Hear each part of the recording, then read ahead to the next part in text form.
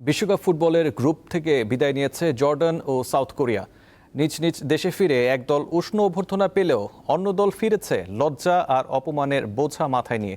দুই দেশের ফুটবলারদের ঘরের মাটিতে ফেরার দৃশ্যটা ছিল সম্পূর্ণ বিপরীত।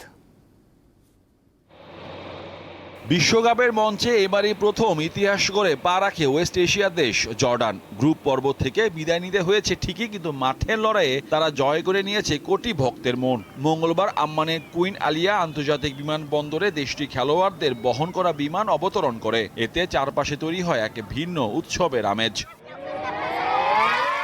দেশটির রাজপুত্র প্রিন্স ফয়সাল বিন আল হুসেন উপস্থিত থেকে ফুটবলারদের লাল গালিচা সংবর্ধনা জানান। ভক্তদের এমন ভালোবাসায় আপ্লুত খেলোয়াড়রা।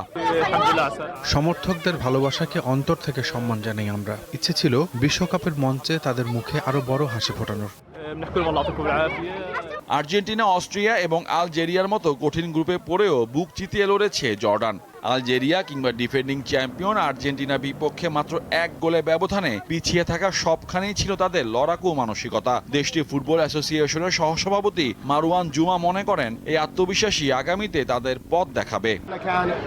আমাদের লক্ষ্য বড় ছিল। এই 3 ম্যাচে আমরা দেখিয়েছি আমরাও বিশ্বমঞ্চে লড়াই করতে জানি।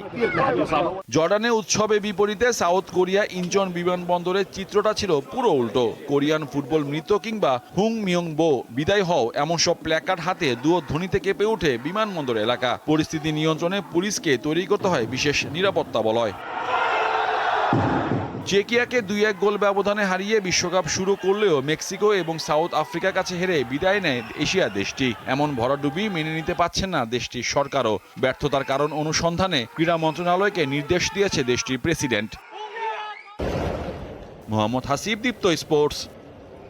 আন্তর্জাতিক মান, সেরা ফায়ার রেজিস্ট্যান্স, BRB কেবলস।